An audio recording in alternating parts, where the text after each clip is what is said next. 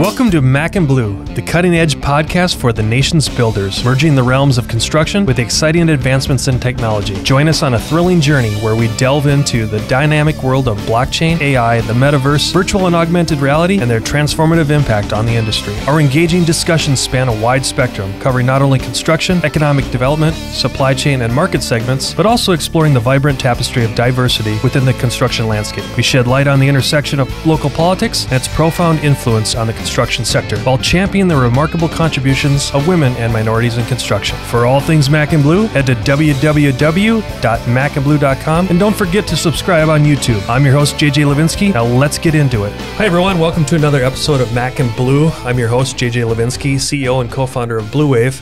Honored and kind of humbled to have Heath Melton on as our guest today to give the pedigree. He's the president of the Phoenix region of the Howard Hughes Corporation, and they're doing the development called Teravalis, which we'll get into, I'm sure, a ton. For those of you who are novices or neophytes over there, it's like probably the biggest, I think, master plan community that Arizona or the West has ever seen. So we'll get into a little bit of that. But I'd be remiss if I didn't say welcome, Heath, and like to get to know you and the audience a little bit about your past. I kind of, not to be weird, but I kind of have an affinity for anyone that was in the military because my son is, and so are you a native? I think you grew up here. Yeah, I am. Actually, I grew up in Sedona, Arizona. Oh my God. Which is even less common than being an Arizona native. So you were grounded because you had all the vortexes around you with you as a child. All that energy and power just coming right in. So you went to West Point. So I did. You apparently made it through the 8th grade in fine fashion. Maybe even graduated, maybe summa cum laude. But right, I don't know how I found my way to West Point, but I did. What is the story? Yeah, actually, I didn't have a strong affinity with going to a military academy. Really? I did have military in my family. My father was Marine Corps. He didn't serve like a long period of time in the Marine Corps, but we have that background. Some of our grandfathers were also in the military. For me, my path was really sports. So I played football. Big baseball player, but ended up going the football route. Got recruited by several colleges for football, and West Point and the Army ended up being one of them. So did you actually play at Army then? I did. I played my first couple years up there, and then decided once I started going into my junior year, maybe I want to focus on academics a little bit more. But you didn't. It wasn't the proverbial blow up the knee or or the concussions. Yeah, just figured kind of put my time and energy where I needed it to be. Everything up at the academy is based off class rank, right? So I probably need to spend more time hitting the books than hitting the weights. Yeah. Was it a cool experience though? Oh yeah, it was awesome. I don't have the typical college experience to really compare it to. Obviously, your first couple years out there, you just grinded, fun, right? Yeah.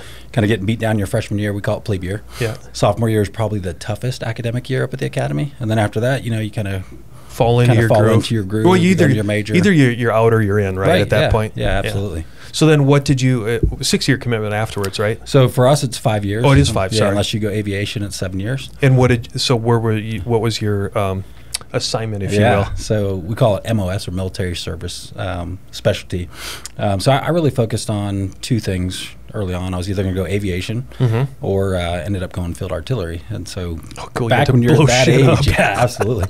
That's my joke all the time, is I went from blowing up land to developing land. Yeah, so it's kind of the opposite. The paradox and brings it all back together. Right. So then when you got out, how did you get into this line of work? Yeah, first just talk a little bit about my military career. Yeah. I spent a little over 5 years in the Army, so that was great. I enjoyed serving our country. Great experience. I got married shortly after graduating from the academy. Had a family early. Both of my kids, my daughter's a rising senior in college. My son's a rising sophomore. So my wife and I are kind of going into that empty nester stage, which is kind of cool. Definitely some changes there. Yeah. But yeah, got to serve for 5 years in the military. Our wartime operations and our deployments were pretty high up tempo at that time. So were you in during either the Iraq or Afghanistan? So you were over there then? Yeah. So my first deployment was to Kosovo. I was the third rotation to Kosovo. Spent about 7 months in country over there. Came home for about a year. And then we kicked off the war in Iraq, and I was with the 3rd Infantry Division out of Fort Stewart, Georgia. Okay. Yeah, so we were the first ones to kind of go into country. We landed in Kuwait. We staged at the border and waited for the president to give orders, and then we pushed in. So, yeah, whole different experience. Well, thank you for serving. Yeah, appreciate that. Okay, so now I go. What was the transition like? Yeah, so that transition, coming out of the military, I kind of decided, not super early, but early, that might be a path for me. If I always told my wife if I made it past 10 years that I'd stay in the Army and make it a career. But just being deployed so much and having a family was tough. So I started my last year of that 5 years really focused on what does that transition look like. And I worked with a few headhunting firms that are out there that specialize in junior military officers and got linked up with them. And during some of that interviewing process, one of the companies I interviewed with was a real estate company. So I started in the Houston market with KB Home. Oh, really? Yeah. So I started with KB. My hiring manager was an ExxonMobil executive, and so he put me on a rotation. So I started in land development, land acquisition, and then I moved into sales and finance. So you really had sales and marketing, and then I even ran the design center. So if I can connect the dots, A, it sounded like you had a very structured and good mentoring program. Yeah. And then B, with your, not to patronize you, but with your military background, you were able to transition into that pretty easily. If it was that regimented, it was a good fit for you, and you just then doubled down on yourself, it kind of sounds like. Yeah, the stars all aligned, and it's just how much time and effort you want to put into learning a craft.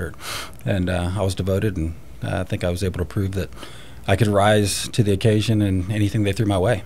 Now, not to be presumptuous, but then if I connect the dots here, I take KB was in the Woodlands, and that's how the HH thing. Yeah, well, so actually, it was a little bit more of a different path than that. Okay. So I started with KB Home.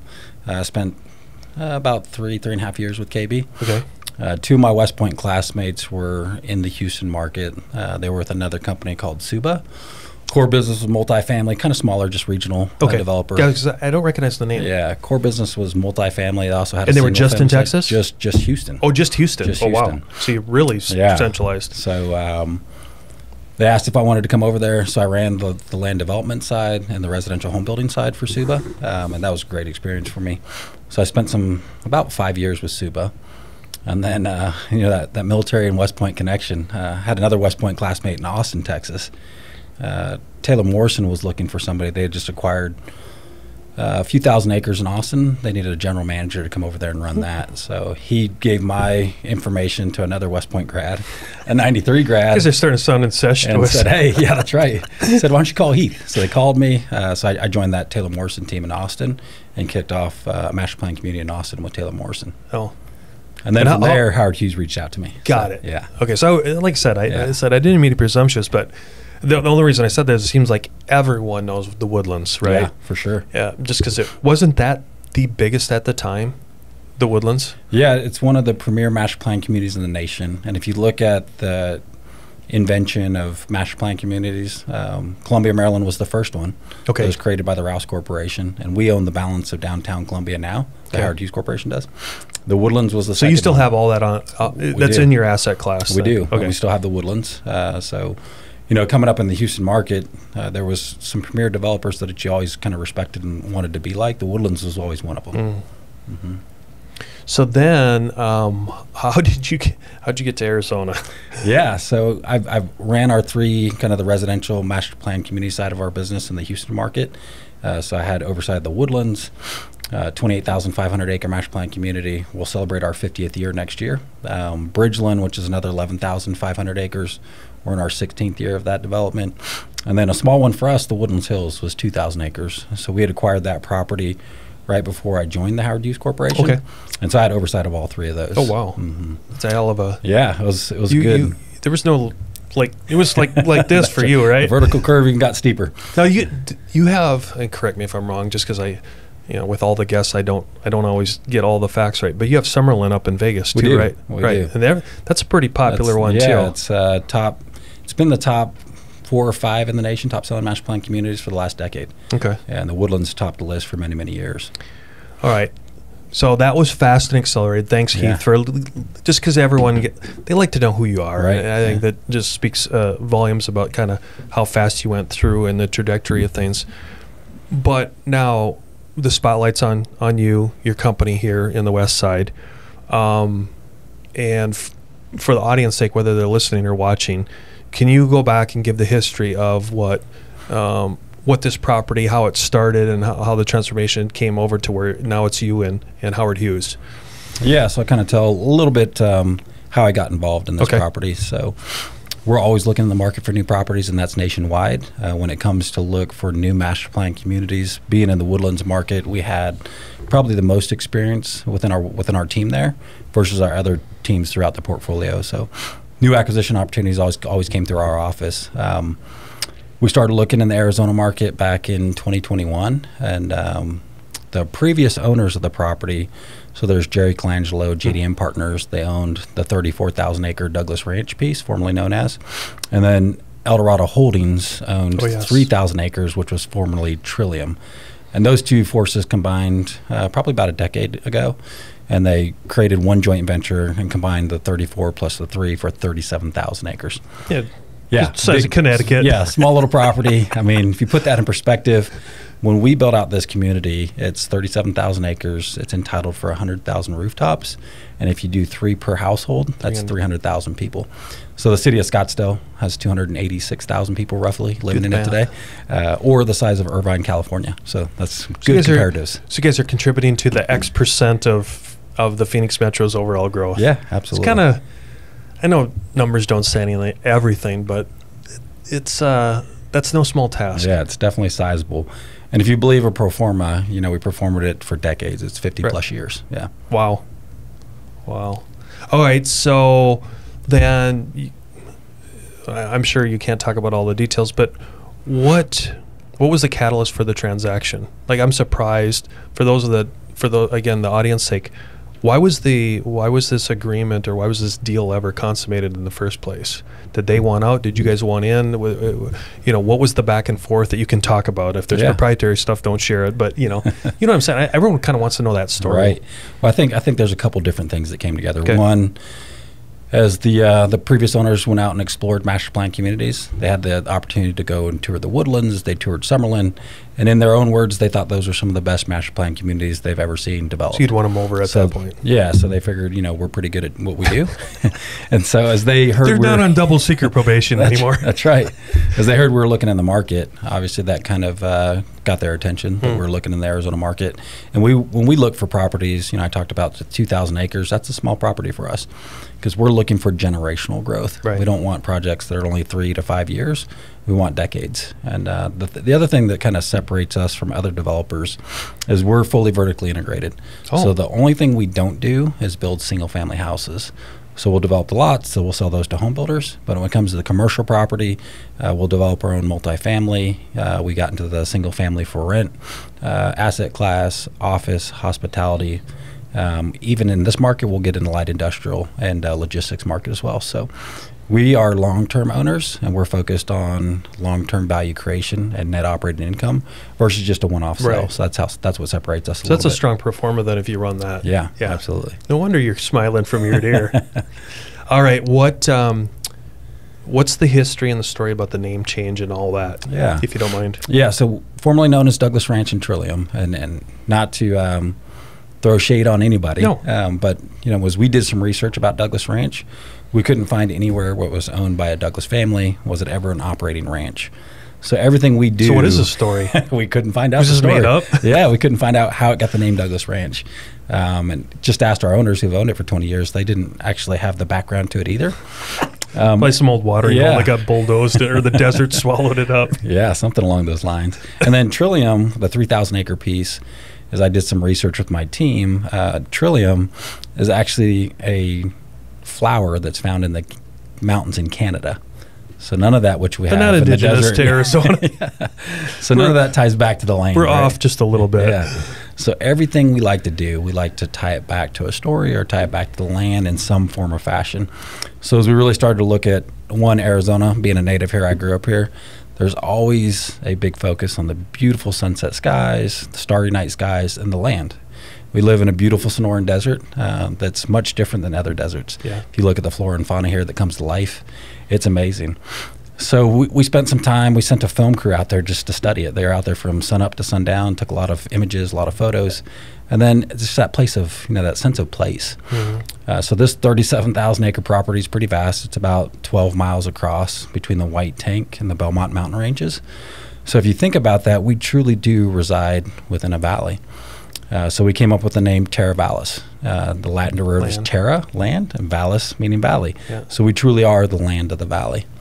And then we changed the name of our first village because we developed a community. We do it in a village by village concept. Oh. So the first 3,000 acres will be our first village. That was formerly Trillium.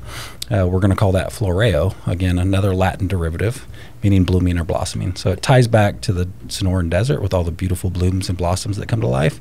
And it'll be the first bloom of our community of Teravalis. Nice. Yeah. All right, I got a million questions, so let's just go off on all the tangents. Sure. Okay. First of all, entitlement and all the crazy municipality stuff or the governing agencies. Where are you at? What struggles have you had? Where's it going? I mean, and let me dovetail. I believe the I-11 is going to eventually go through and tie into this. Can you, without spending the whole hour, can you talk about a little of that? Yeah, I can hit on a few of those. So some of the beauties of the acquisition of the property, what we say was fully entitled. So there's development agreements in place with the City of Buckeye. I knew they had done already. some, but I didn't realize it was that developed. And that's my own naivety, so I apologize. So that's good, right? Okay. That gives us what we'd say relatively shovel-ready, so we can move forward without having to go through that long-term negotiation process of putting... But how many governing agencies are or touching... Because it's got to be more than just one municipality. It's got to be some state, some county, some... Is there any native... So there's not. So that's another thing. So just from an entitlement process with a development agreement, that's 100% the City of Buckeye. So again, 20 plus years ago, when they went through that process, the whole property was annexed into the City of Buckeye. And that was 20 years ago? 20 years, yeah. And everyone was like, hey, that's up there. Yeah, they used to say we're off the Sun Valley Parkway. Yeah. They used to say that was the road to nowhere. Now we say it's the road to new beginnings. Yeah. I like that. Yeah. So we're just dealing with the City of Buckeye from that standpoint. Okay. We do have to deal with Maricopa County. Obviously, we have to deal with ADOT. ADOT, and we'll have to deal with Montgomery County or Maricopa County. Yep. Yes, and of course the state in some form or fashion. Now there has been, for a lot of us in the biz, it seems like there's been, I believe, just in the last few weeks, a lot of buzz about the I-11 again. Yeah. Like, where are you guys at, either at the federal or state level? Do you have any insight that you can share that isn't secretive? Yeah, I mean, I think all the information as it regards to I-11's out there for anybody that wants to see it. They have gone through their Tier 1 and Tier 2 analysis now. The Tier 2 analysis really starts to tie down the exact right-of-way of Interstate 11. So that will come through our property. There's no doubt that the path is coming through our property, so that's great. But it could be 10 years, right? Yeah, it can take a while. I mean, they're just now kicking off that next part. So in the timing of everything, again, for audience sake, if that's, let's just use it as argumentative, if that's 10 years, where are you guys in your time continuum? How many phases of Teravalis will be done by the time that kind of gets to fulfillment? Is there any kind of can you kind of help visualize that through words? Yeah. So if you think about the property, and again, just picture the White Tank Mountains. Right. On the other side of the White Tanks is Verado. Most people know where Verado's at. On the west side of the mountains is going to be us. So the Sun Valley Parkway, that has direct access to our property. So that's our starting point. We're going to start from Sun Valley Parkway, and that first 3,000 acres, we'll develop all that and then move to the west. And if you think about some other landmarks, the Hassayampa River, or the dry riverbed. So that runs through our property. So everything to the east of the Hassayampa will develop over the course of the next 7 to 10 years. And then we'll get on the other side of the Hassayampa, and that'll get us into that part of the property. Where Interstate 11 really starts to impact us, if it's 10 years down the road, perfect timing for us. Got it. And so we truly think it's going to be in so actually the timing's almost years. perfect. Yeah, I think it'll work out really well. The other major infrastructure piece that comes through there, if you look at kind of the MAG long-term planning as far as major roadways, the future 505 will also come through our property. So it's a pretty good synergy. Okay, you guys, I'm sure you get asked this question a million times, but I wouldn't be doing my host job if I didn't say new development, this big, that many people, all these things. What are you doing for water conservation and all the sustainability factors moving forward? Yeah, absolutely. I mean, great question. If you look back at the history of our company, that's always been a keen focus for us. If you look at the Woodlands, for example, we developed the Woodlands in a wooded environment. One of the big things or ideas behind the Woodlands was developing a city within the forest. So that long-term preservation of the forest is something that has been paramount for our company, and it'll be paramount for us in everything that we do. If you look at Summerlin that we talked about earlier, Summerlin's 23,500 acre master plan community going into its 40th year of development. It's been awarded by the state of Nevada and by the city of Las Vegas for water conservation strategies. Obviously, that's a water-stressed environment. We've done a lot of things to help conserve water within that market. Even things like going back and doing retrofits. So we went back and pulled out a lot of landscaping that was not very drought tolerant, but kind of in vogue at the time. A lot of turf that was pulled out, and reduced water consumption for the residents, for the homeowner association, for the entire state by doing that. Interesting. So that's going to be a huge focus for us, obviously, coming to the state of Arizona from a water conservation standpoint, making sure that we're embracing technology in every form and fashion, both what we do on the exterior of the homes and the interior of the homes. So when we look at, and we can't really talk about the programs yet because we're getting ready to roll it out, but what we're going to target from water conservation just from household use is probably in that 20 to 30% range off of the baseline, right? And then from the exterior, just making sure that we do on the exterior of the homes from landscaping. So making sure that everything that gets planted on the residential setting or the commercial setting or within the common spaces of the community, all that's very drought tolerant plant material. And we're actually going to use the Arizona Department of Water Resources approved plant list as our guideline, just to make sure that we're always kind of hitting that desired goal of reducing water. All of the irrigation is going to be drip irrigation. You know, we'll allow turf in parks and a few areas like that, but we're definitely going to reduce the amount of turf that's allowed in the residential or commercial settings, because that's where a big component of your water gets used. And then from new technology, obviously, on how do we reuse water. So we'll do that by building kind of the latest and greatest water reclamation plants. So as that gray water gets processed at the water reclamation plant, that gives us an opportunity to reuse that. And we'll reuse that like irrigating common spaces, so that water gets reused there. We'll reuse some of that water to recharge the aquifers down below our property.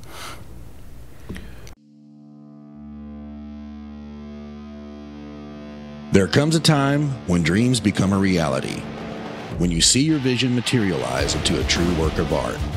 And the only way to get there is to choose a general contractor who shares that same vision and knows how to bring it to life. At Blue Wave, we aren't so big that we've forgotten where we've come from, and we aren't so small that we can't care for your projects regardless of their size. When your vision deserves safety, perfection, timeliness, and expertise in order to become a reality, trust Blue Wave to get it done right the first time.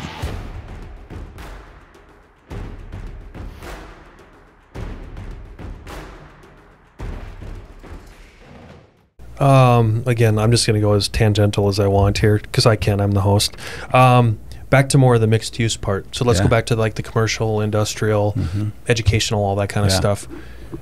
You take that big 37,000 acres.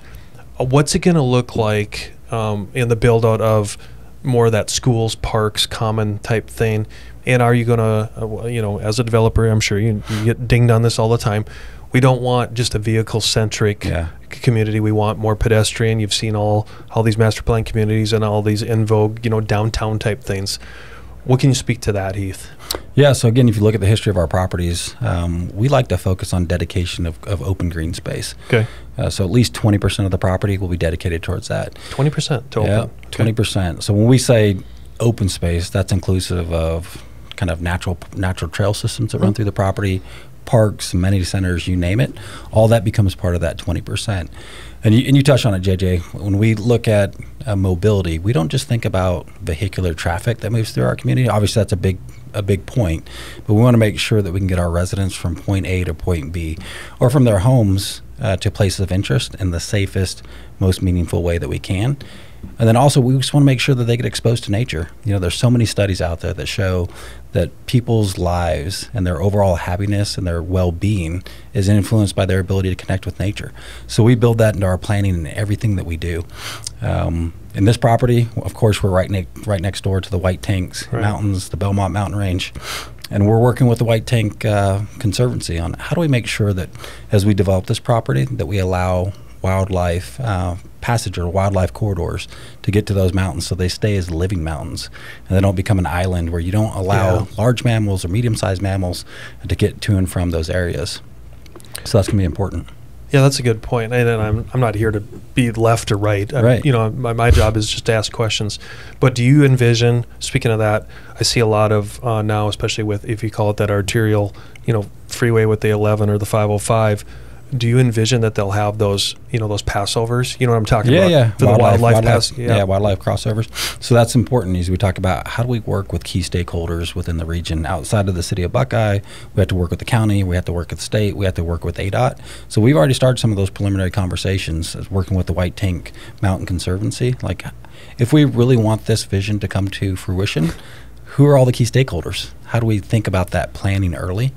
And that's where you have to get landowners like ourselves to, one, believe in the vision, support the vision, and then we have to work with the local municipalities and agencies to make sure that if we're bought into it and we're sold on it, how do we make sure that those barriers, things like Interstate 11 or the 505 or even some of the roadways, can accommodate the wildlife to get to and from those two mountain ranges?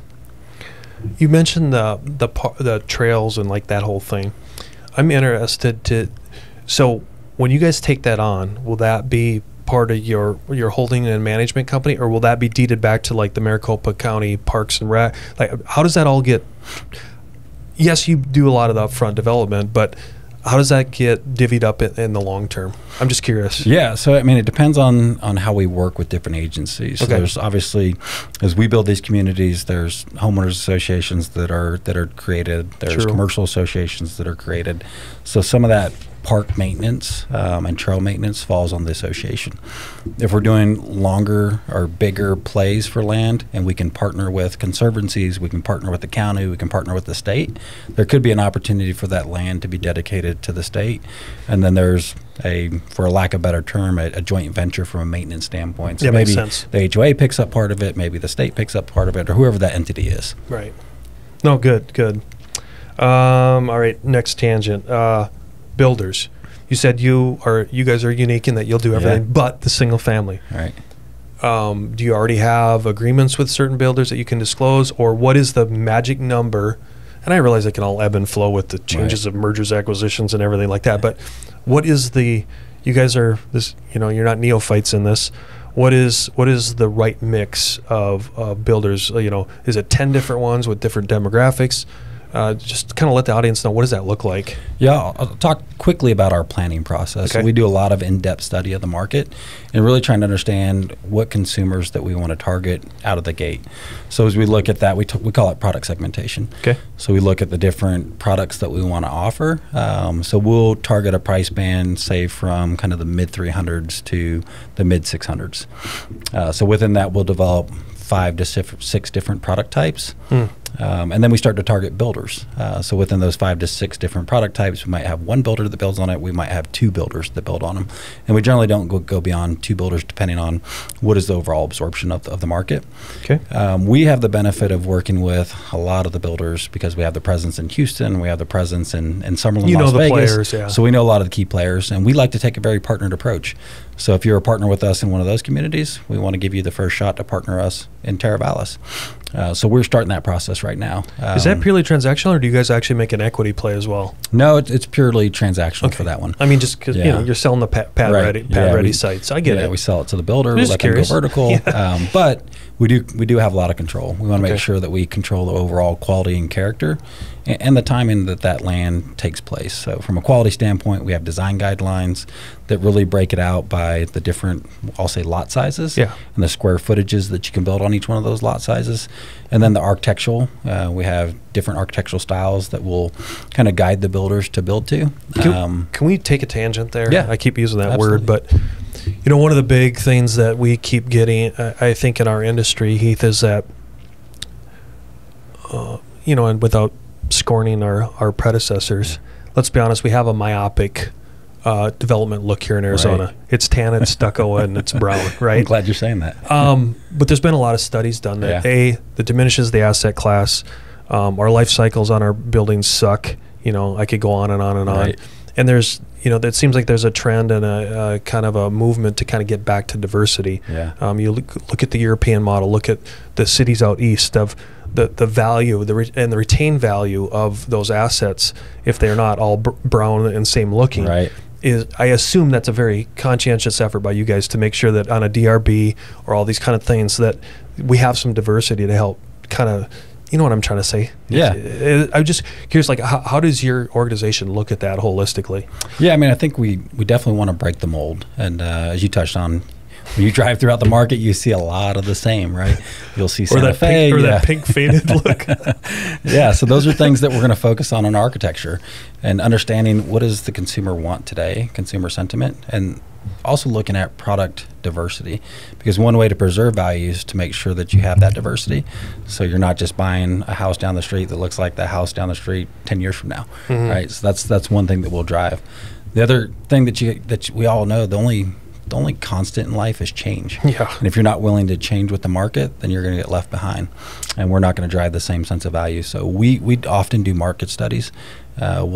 Before we made the acquisition, we did an in-depth market study, understand what is our demographic, what is the current architectural style, how do they want to live, and so we're going to make sure that our design guidelines that we impress upon our builders really meet that demand for today. And we'll continue to monitor the market. So if the market changes, we have to adapt, and we have to target that market and deliver to what the consumer wants.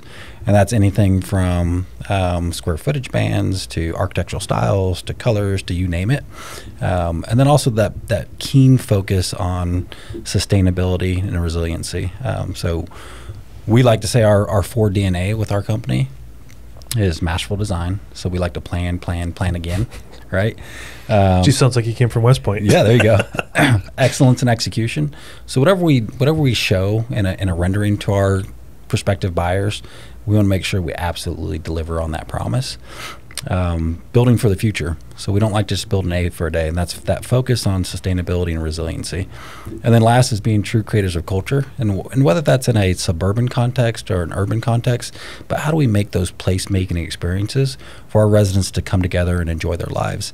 That can be something as simple as parks and trails and amenity centers, or that can be into a little bit more of the built environment from our commercial setting, the restaurants and the retail and entertainment that we have to offer. What can you go down that one for a moment? Again, without giving away any trade secrets, is there any unique elements or amenities that you guys think, this is such a large thing, whether it's in the phased approach or the macro approach, Heath, is there anything unique that you can talk about that's going to be non-typical from either the Woodlands, Summerlin, or what you guys have learned through your own experiences? Yeah, I mean, I'd say, again, that dedication to open space is paramount. Okay. Making sure that we have parks and trails. That's something that's going to always be a focus on ours. Having best-in-class amenities. So if the amenity center that we bring to bear in the first phase is going to it's really going to top our rivals when it's on the ground, and you'll be able to see that. And I like to talk about other amenities. So as we think about not just parks and playgrounds and trails and pools and things of that nature, which most people put in the amenity class. Right. But when we bring this to market, amenity for our residents, they want to really experience that live, work, play. So part of that live, obviously, is the houses.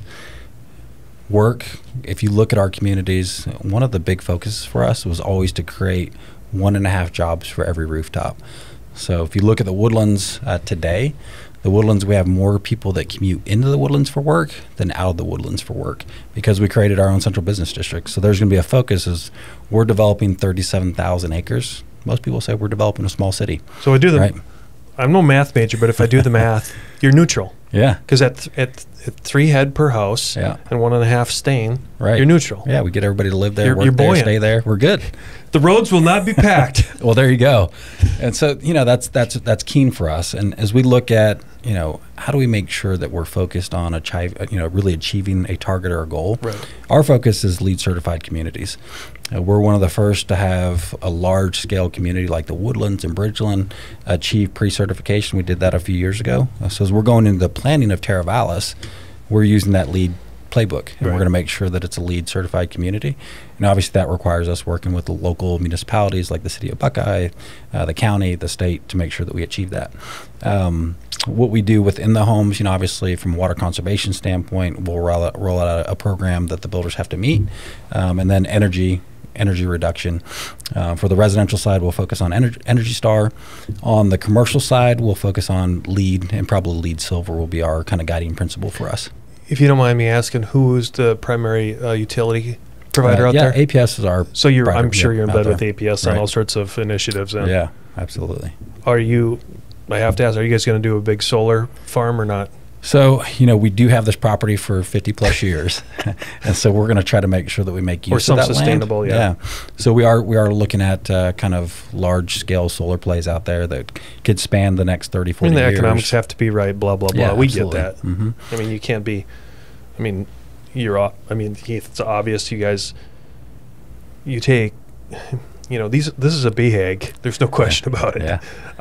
But HHC is proven they've done it before. So the cool part is you guys have quivers or arrows in your quiver already to go, effectuate this. So, but again, my job is to sit here and ask you all those questions, which I'm sure by now, seeing your publicity in the past, you're used to it. It's like water off the duck's back. So, let me go down on another avenue here, and that is, again, if I'm someone listening or watching, going, oh my God, how can they do this? How can they afford this?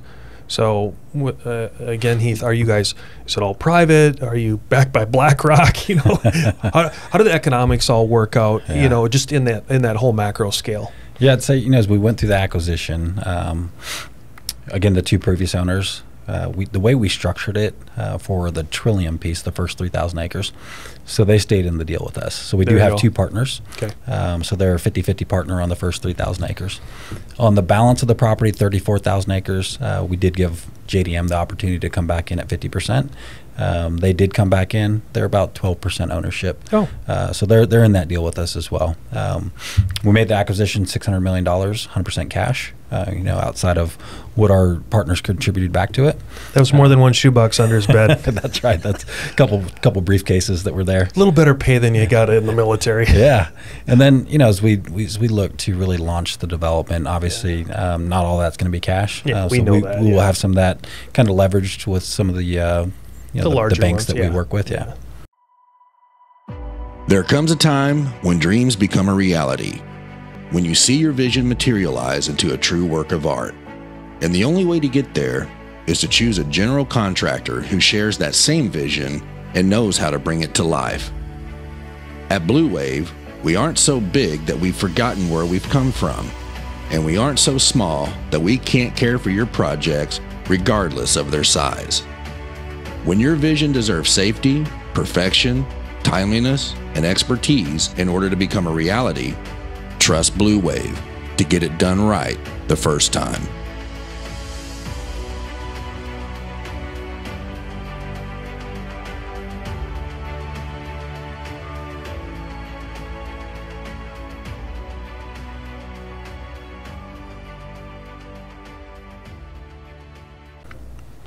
No, thanks for sharing that.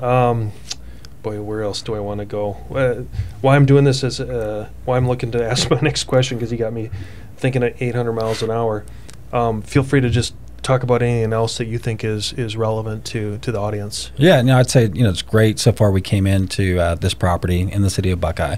City of Buckeye has been great to work with. We've developed a really good relationship with them at all levels of their staff, city managers, even city council and the mayor. So they're excited for us to be here. They've gotten to see what we've done in Summerlin. They've seen what we've done in the Woodlands. So they know the level of development and the quality that we'll bring to the city. So we like to look at it as a partnership. We're going to partner with the City of Buckeye. We're going to partner with the county and with the state. This is the largest master plan community in the state of Arizona, and it's going to be one of the largest in the nation. I was going to say, is it the largest in the nation? It's got to be. There's Irvine Ranch that was, I think, 50,000 acres. So it was a little bit bigger. They did have mountain range in there that they, donated as preserved land. So, yeah. Boy, I'm kind of lost here. A lot of information, but... Let's go back to you. What about fam? You talked about your kids, and you didn't really mention your wife a little bit. But what do you do for fun?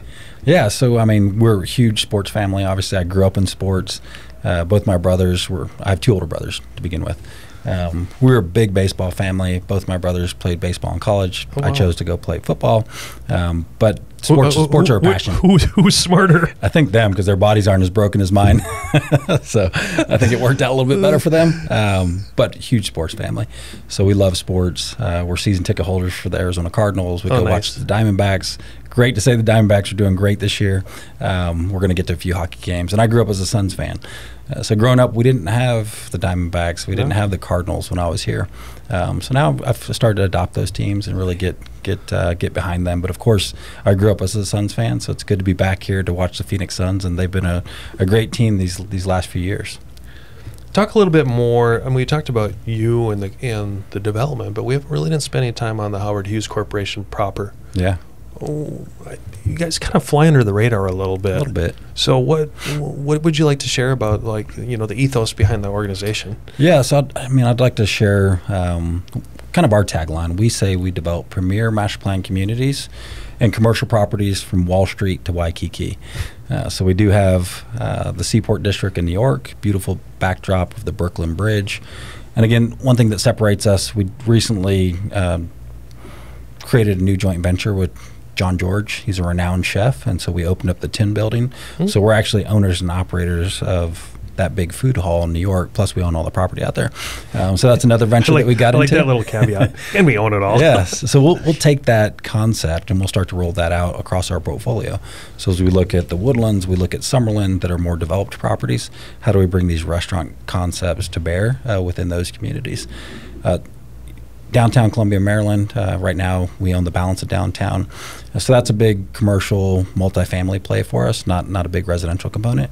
The 3 master plans we talked about in Houston, those are still operational. In the Woodlands, we probably have 700 net acres left to develop in the Woodlands, so that's going to take a little while to get through that. And then, of course, we got Summerlin, Las Vegas, that we already talked about. We have about 5,000 net acres to develop in Summerlin. So I didn't realize there was that much left. Yeah. Plenty of time left to go in Summerlin. And then Hawaii, Ward Village, Hawaii, our primary business out there is retail, office, and condos. Do you have anything international in the portfolio? We don't. Okay. No, not at the moment. And then so are those all broken down into regions or offices? Like, you're in charge of this, right? Mm-hmm. Yeah, each one of them is a region. So Okay. we have the New York region, they have the Columbia region, Houston, Phoenix, Summerlin, and then Hawaii. Okay, got it. Yep. Okay. And are you public, private? We are publicly traded. Okay, if that's you what I thought. Check out our stock, you'll see how we're doing. If he's doing his job.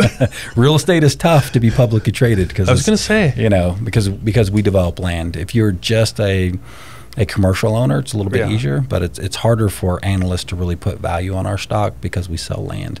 So it's been a long-term educational process for them, but our shareholders are really, really focused on the vision and the long-term play and want to be long-term owners of the company. So it's been good. What we always talk about human capital on this show, and so just curious, within your organization, speaking of Emily in the background here being an intern, what are you guys doing with any of the schools as far as, like, do you have internships? Do you Absolutely. have and what kind of different attributes are you looking for in people? You know what I mean by that. I mean, you're obviously a smart guy, not only the degrees but kind of the people skills as well. Yeah, so we're very focused on making sure that we're engaged. Obviously, we're developing communities. So one thing that we're always engaged in on how do we make sure that we attract and retain talent, and we do that early on. And part of that's our mentorship program, our internship programs that we run. Okay. So we bring in roughly 20 to 25 interns every summer. They get to spend time at our corporate office. They get to the regions. They get really immersed into everything that Howard Hughes does. So coming into the Phoenix market, I got engaged with right now ASU. Make sure that we're on their radar. They'll probably be brought into the fold next year for our internship program. So that would bring a few of the ASU students out to the Houston market, our corporate office. They get to spend time there. Obviously, they get to spend some time probably with us here in the region. So that's one big focus of ours.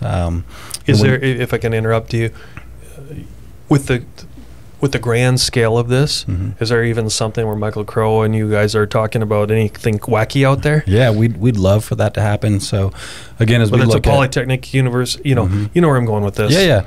If you look at whether you look at Summerlin or you look at the Woodlands, I just like to talk about those two because they're so vast.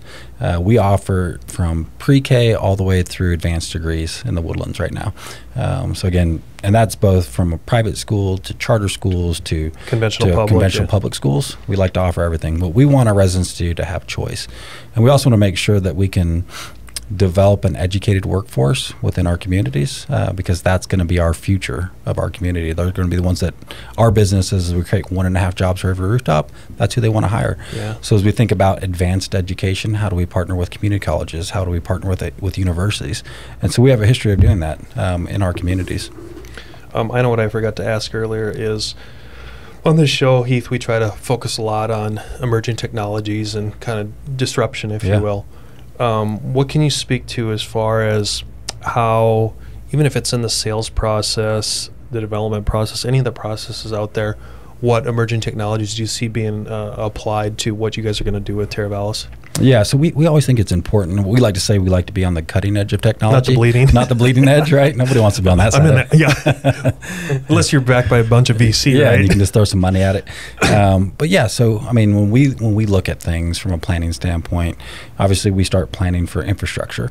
And as people talk or think about smart cities, if we asked me, you, and Emily in the room, we'd probably have 3 different definitions, right?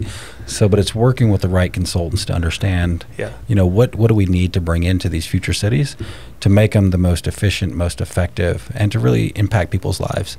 So when we think about vehicular mobility, right? We're going to look at things as far as sensors. How do we make sure that we can move traffic flow through our community as efficiently as possible? And by doing that, you're reducing the carbon footprint because you're not getting those emissions into the air. When we think about other smart technology, I mean, that's traffic signals and sensors, but think about street lights. How do we make sure that street lights can help provide a level of data, a level of safety or security, if you will, but also that level of lighting. So maybe you don't need them at 100% lighting. Maybe they drop down, and then only when motion comes through that picks that up.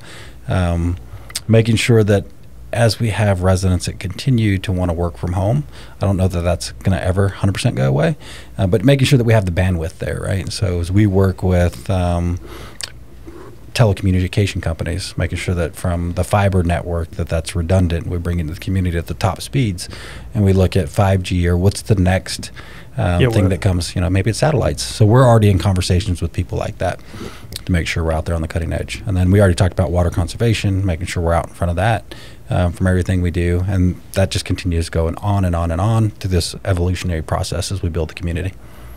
Is there, is any of the space allocated for, we'd be remiss if we didn't talk about how Phoenix is turning into, you know, the new Silicon Valley. Yeah. You know, with TSMC and everything that's going on the north side, will there be any of that ancillary type stuff out in this development? We absolutely think there will. I mean, obviously with I-11 coming through the property and the future 505. Especially with Vegas. And that becomes a great location for anything from advanced manufacturing to you name it. Got it. So a lot of that property, I won't say will be reserved, but we're targeting that for how do we create jobs, how do we create or grow into that. Right. Like you said, on a 50-year plan, you guys, I'm sure, we got like WTF over here. We don't know. Right. We got plenty of time. Yeah. And like I said, change is constant, right? So we have to evolve and change with the time. All right, my friend, what haven't I asked you? Man, I don't know. We've hit a lot of the highlights already. What, how often are you out in the public being the ambassador of this thing? Man, I'd say every day. The great thing is... Thanks for coming, by the way. No, thanks for having me. I got to come back to the state that I grew up in. Right. Have the largest project in the state of Arizona, one of the largest ones in the nation. Kind of cool so that's to throw on the really resume. Cool, right? Really cool to grow up in Arizona and come back and have an impact. What does your dad do? You know, he's just building a new city. Yeah. I hope my kids think I'm cool. But we'll ask them. Yeah, well, you have to ask them, see where they come in on that. But yeah, I mean, we're developing a legacy, right? Yeah. This is the first large-scale, what I'd say, greenfield property that we get to develop here in the state of Arizona. So that's really cool. It's legacy. The other thing that kind of makes us different is our employees live in our communities, so they become part of that fabric of the community, and we think that's so important. We give all of our employees 3 volunteer days in addition to their PTO, so they can go out and volunteer for non-charitable organizations, so they can actually impact the overall community. We want to make sure that they're part of that, and that's very important to us.